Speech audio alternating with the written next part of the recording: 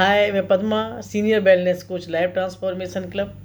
आज हम चर्चा करने वाले हैं कि फ्रिज में रखी हुई चीज़ों का उपयोग करने से हम अपने लिए कितने बीमारियों को निमंत्रण दे रहे हैं।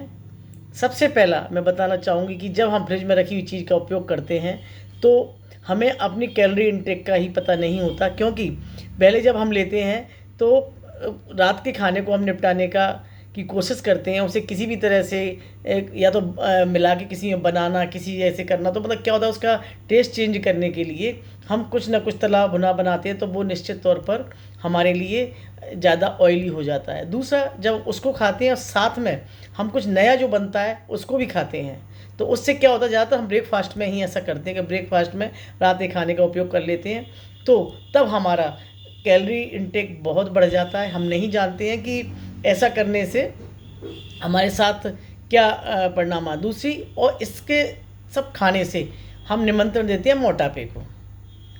दूसरा कि हमारी गट हेल्थ भी प्रभावित होती है। जब हम तला भुना खाते हैं, बासा खाना खाते हैं, तो हमारे डाइजेशन पर भी बहुत अंतर पड़ता है और हम अपना डाइजेशन ख़राब कर लेते हैं। और तीसरा ये है कि हम अपनी बॉडी को उतना उचित मात्रा में न्यूट्रिशंस नहीं दे पा रहे हैं। विटामिन और न्यूट्रिशंस देना बहुत ज़रूरी है, और वो हम बासा खाना खा के नहीं दे पाते।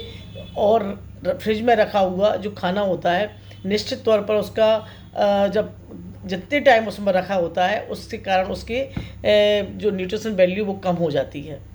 तो हमें इससे बचें। और आज इतना ही। इन 3 बातों को ज़रूर ध्यान रखें कि हमें बासा खाना नहीं खाना है, मोटापे को निमंत्रण देना है। दूसरा, हम कैलोरी इंटेक के बारे में बिल्कुल नहीं मेंटेन कर सकते कि हमने कितनी कैलोरीज खाई है। और सबसे बड़ा कि उसे खाने से हम डाइजेशन ख़राब कर लेते हैं। आज इतना ही, और कल एक नई टिप्स के साथ मिलूँगी। Thank you.